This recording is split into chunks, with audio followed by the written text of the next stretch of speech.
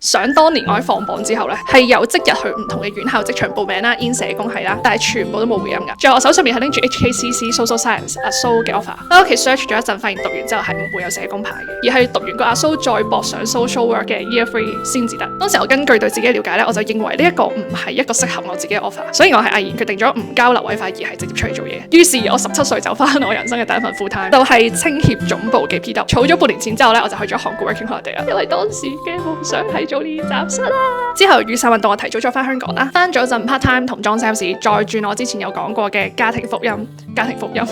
中心。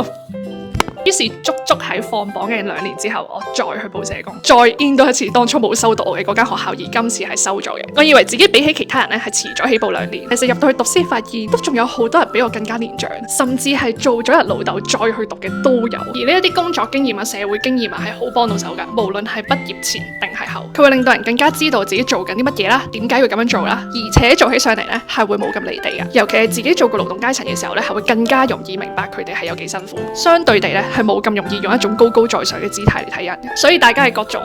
我咁遲先起步去做社工得唔得㗎？如果到時社工係唔收我點算啊？絕部一律建議 go follow